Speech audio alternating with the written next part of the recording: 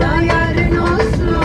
Ömür boyu birlikte neşeyle dolsun. Aslında ben de sevmek isterdim.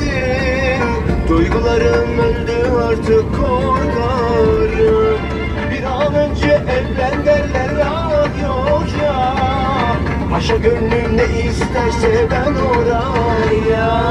Bekar bekar gezerim, güzellere giderim.